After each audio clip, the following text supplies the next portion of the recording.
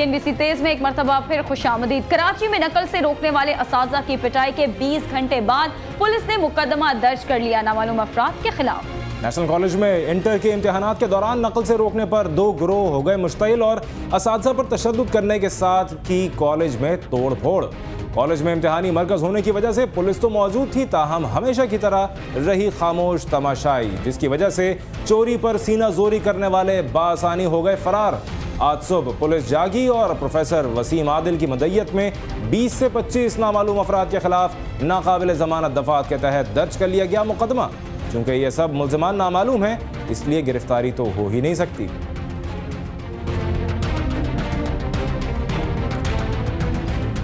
और बदीन में तलबा को नकल से रोकने को तो लगता है वैसे ही किसी में जुर्रत नहीं। इंटरमीडिएट के इम्तिहानात के दौरान नकल उरूज पर है। तलबा और तालिबात असातिज़ा की मौजूदगी में खुलेआम नकल करते रहे। दफा 144 नाफिज होने के बावजूद बाहर से फर्रे भी आसानी से पहुंचाए जाते रहे। कौम के मुस्तकबिल के मेहमानों की इस हालत को पुलिस अहलकार, असातिज़ा और एक्सटर्नल देखते तो रहे हैं, मगर कबूतर की तरह आंखें बंद कर लेते हैं।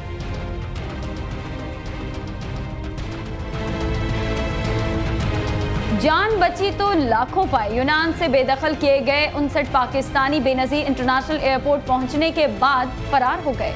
FIA ज़राए के मुताबिक गैर मुल्की परवाज से यूनान से बेदखल किए गए अफराद जब बेनज़ीर इंटरनेशनल एयरपोर्ट पहुंचे तो इमिग्रेशन हुक्काम ने मजीद तफ्तीश के लिए दस्तावेजात मांगी तो वो मुश्तइल हो गए और हुक्काम से तल्ख कलामी हुई और देखते ही देखते हाथापाई शुरू हो गई। इस मार कुटाई का फायदा उठाते हुए सिक्योरिटी हिसार तोड़कर वो भाग निकले। FIA अहलकार भी उनके पीछे हो लिए और 4 घंटे की जिद्दोजहद के बाद सिर्फ 20 अफराद को पकड़ लिया।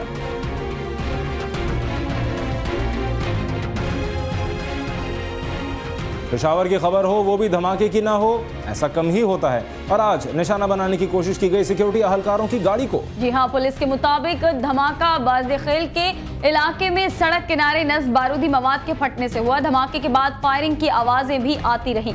धमाके का हदफ सिक्योरिटी अहलकारों की गाड़ी थी। धमाके के बाद पुलिस और सिक्योरिटी अहलकारों ने इलाके को घेरे में ले लिया।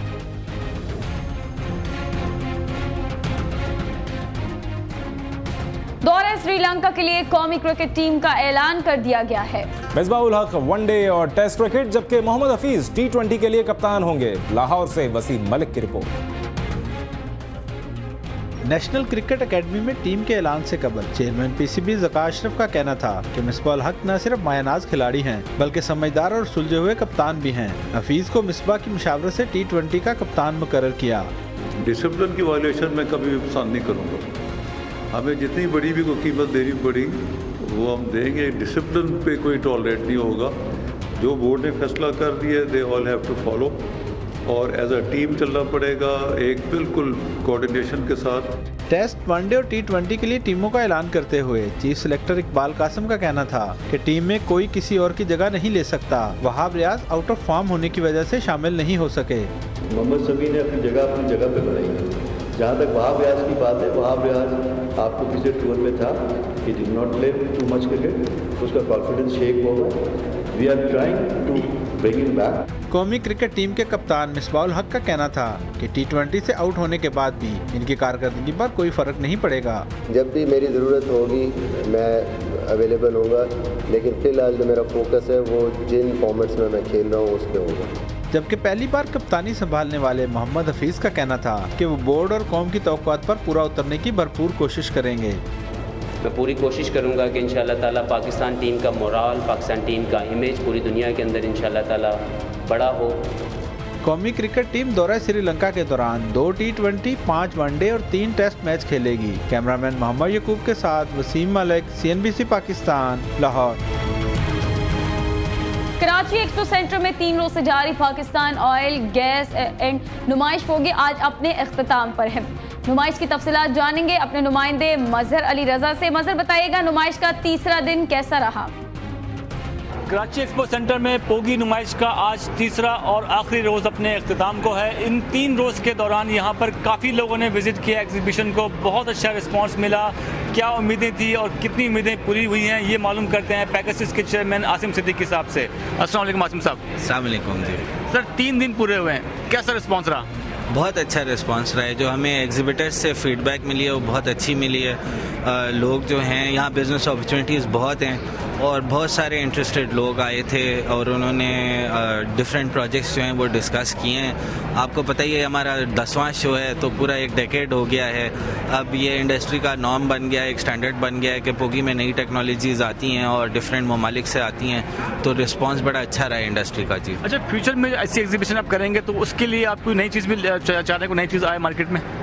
देखिए, ये तो कंपनीज पे डिपेंड करता है कि कोई नई टेक्नोलॉजी आती है तो वो आके मार्केट करना चाहते हैं। बट अब हम देख रहे हैं यहाँ पर कि जो हमारे पास गैस ख़त्म हो रही है और जैसे तेल इंटरनेशनल मार्केट में बढ़ता जा रहा है, डोमेस्टिक मार्केट में भी उसका असर आ रहा है, तो तेल से रिलायंस कम होकर कोल पे जाना और CNG की रिलायंस कम होकर LPG पे जाना। तो जैसे आपने अगर सुई गैस का देखा हो तो उन्होंने एक पूरा टर्मिनल ख़रीदा है LPG का, और वो अब लोगों को एजुकेट कर रहे हैं कि गाड़ियों में बजाय CNG के LPG को यूज़ करना चाहिए। तो इस तरह की टेक्नोलॉजिकल चेंजेस जो हैं वो यहाँ पे काफ़ी डिस्कस हुए हैं। जी थैंक यू वेरी मच। आपने देखा जी, ये 3 रोज़ की जो नुमाइश थी वो अपने अख्ताम को है। आप देख सकते हैं यहाँ पे जो रौनक है वो 3 दिन तक यहाँ पर लोगों का इंतहाई रश रहा। और ये जो एनर्जी कॉन्फ्रेंस थी, एग्जीबिशन थी, इसमें जो पाकिस्तान के एनर्जी क्राइसिस थे उसके सोल्यूशन भी मौजूद थे। अब देखना ये है कि हमारी हुकूमत और हमारे लोग जो हैं वो किस हद तक इन सोल्यूशन से फायदा उठाते हैं। हमें अपडेट करने के लिए। दूसरी तरफ भारतीय मीडिया 3 आम पाकिस्तानी शहरियों को लश्कर तैयबा का रुकन जाहिर करके उनके भारत में दाखिले का वावेला मचा रहा है। हालांकि तीनों आम शहरी और लाहौर के ताजिर हैं। गुज़िश्ता रोज भारतीय चैनल इंडिया टुडे ने मन घड़त खबर नशर की कि पाकिस्तान से 5 दहशतगर्द समंदर के रास्ते भारत में दाखिल हुए हैं, जिनका मकसद मुंबई को निशाना बनाना है। टीवी चैनल ने उन अफराद का ताल्लुक लश्कर तैयबा से जाहिर किया और उन अफराद की तस्वीर भी नशर कर दी, जबकि उनमें से 2 अफराद मेहताब भट्ट और आतिफ भट्ट हफीज सेंटर लाहौर के ताजिर हैं, जो अपने कारोबारी मराकज़ पर मौजूद हैं, और तीसरा शख्स मोहम्मद शब्बीर हफीज सेंटर का ही सिक्योरिटी गार्ड है। इन तीनों अफराद का कहना है कि वो ना तो कभी भारत गए हैं और ना ही उन्होंने कभी भारतीय वीज़े के लिए दरख्वास्त दी है।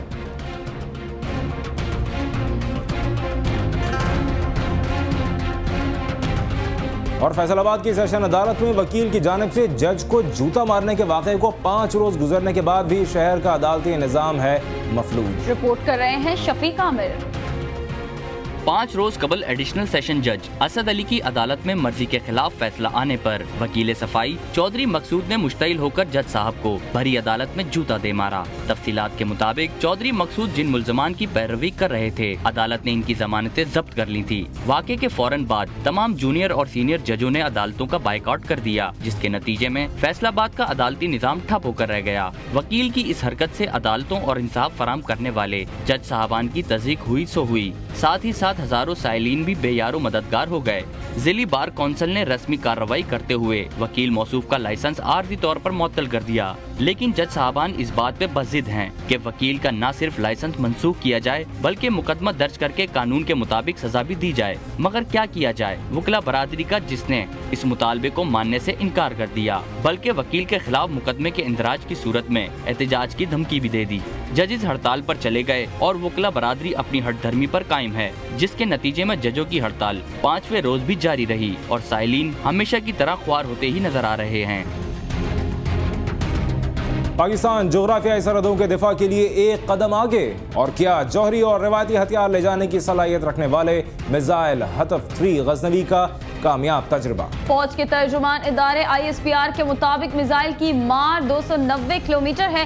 मिसाइल तजुर्बा स्ट्रेटेजिक मिसाइल ग्रुप की ऑपरेशनल तैयारी का जायजा लेने के लिए किया गया। Chairman joint chiefs of staff committee general Khalid Shamim Wynne इस मौके पर मेहमान खुसूसी थे। जनरल वाई का कहना था कि कौम ने एटमी हथियारों के मैदान में दुश्मन का रास्ता रोकने के लिए मजबूत डिटरनेंस हासिल कर ली है और इसे अपने अफसरान और जवानों से उम्मीद है कि वो इनकी तवक्कात पर पूरा उतरेंगे।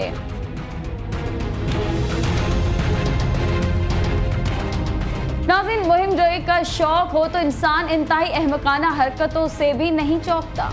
अब इस नौजवान को ही देख लें जिसने एक लिमोजीन पर अपना ट्रक चढ़ाने की कोशिश की, तो उसका नतीजा क्या निकला।